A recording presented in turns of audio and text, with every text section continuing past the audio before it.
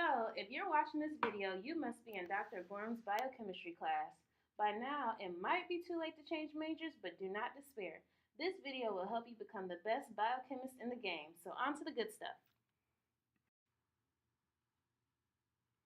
Cellular glycogenolysis is the process that occurs when the body breaks down stored glycogen in the liver. Glycogen is the form of energy storage used by animals that consist of long-branched glucose chains. The glucoses are held together by alpha-1,4 linkages, and every 4 to 12 glucoses, a branch is formed by an alpha-1,6 linkage. Alpha-1,4 and alpha-1,6 linkages refer to the numbered carbons on the 6 carbon structures.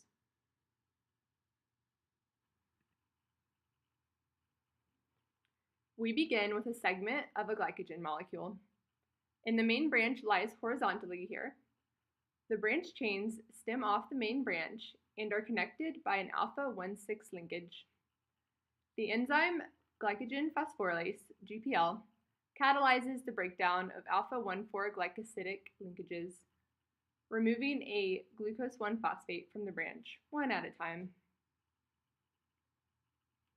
By the time GPL has finished, 4 glucose molecules remain on any branch points, while 1 glucose remains on the main branch before the branching point. In step 2, the glucose molecules that are removed from glycogen will come off as glucose 1-phosphate.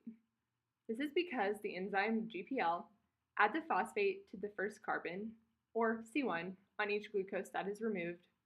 So in this example, a total of 2 glucose 1-phosphates will be removed from the starting material, which are also highlighted in blue.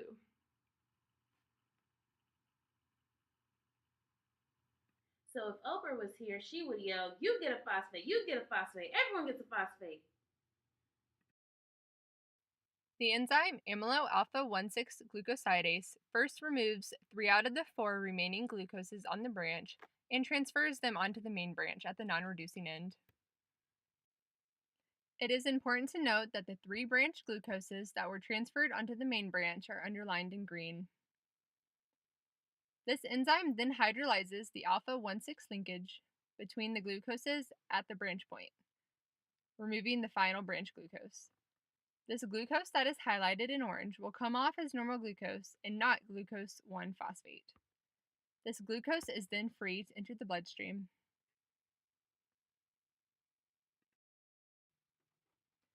Now that there is only 1 remaining chain of unbranched glucoses, they are removed one by one by the enzyme GPL, which also adds a phosphate to each glucose so that it becomes glucose 1-phosphate.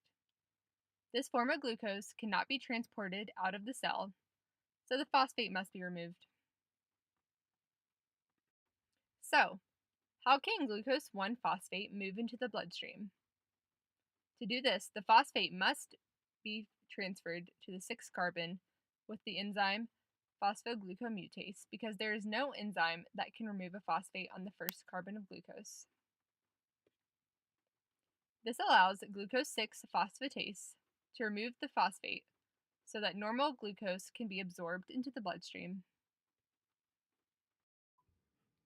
So, what's the point of all this? Why do we care?